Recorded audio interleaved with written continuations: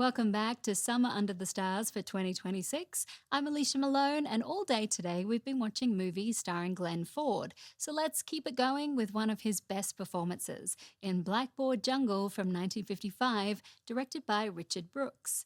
The script was also written by Brooks, so he had a lot of control over the film.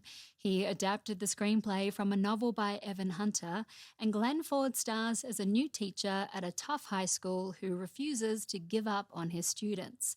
One delinquent teen, played by Vic Morrow, is almost impossible to reach, while another, played by Sidney Poitier, holds more promise. Another student is played by Paul Mazursky in his second feature film. He would go on to become better known as a director than as an actor, directing films like Bob and Carol and Ted and Alice and An Unmarried Woman in the 1960s and 70s. For Poitier, this was his fifth feature in a credited role. He had made his debut in No Way Out in 1950, but had a few quiet years after that.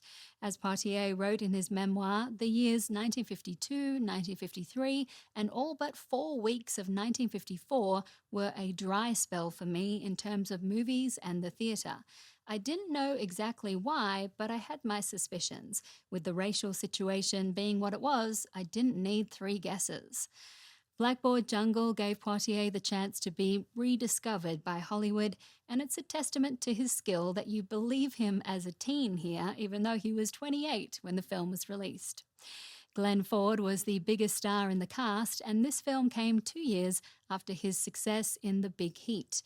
But it was the music that made the biggest splash in Blackboard Jungle, with the inclusion of rock and roll, specifically Rock Around the Clock by Bill Haley and the Comets, which opens the film. This was not the first rock and roll song, but it marked the beginning of a moment when music became something more dangerous. It all seems very tame to us now, but reportedly, this song inspired fights in movie theatres, and in England, teen gangs started ripping theatre seats out from the floor. Let's get to it. From 1955, this is Blackboard Jungle.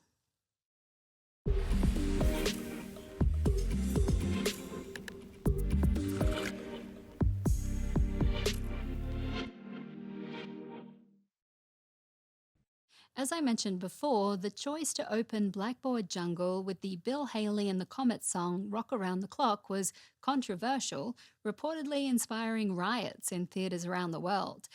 The film was selected as the US entry for the 1955 Venice Film Festival, but it was pulled after Claire Booth Luce, the US ambassador to Italy and acclaimed writer, told the festival she would not attend if the film was screened, fearing it would taint the very image of America.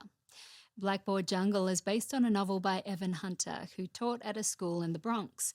He lasted only a few months, but he turned his experiences into a book that MGM bought the rights to before it was even published. The ending we just saw differs from Hunter's novel, which was more ambiguous. Hollywood needed a happy ending, but that didn't detract from the movie's big impact.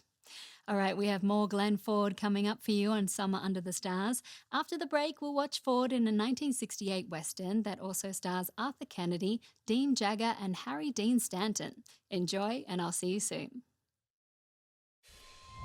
Next on TCM, Day of the Evil Gun, then Cimarron, and later Disraeli.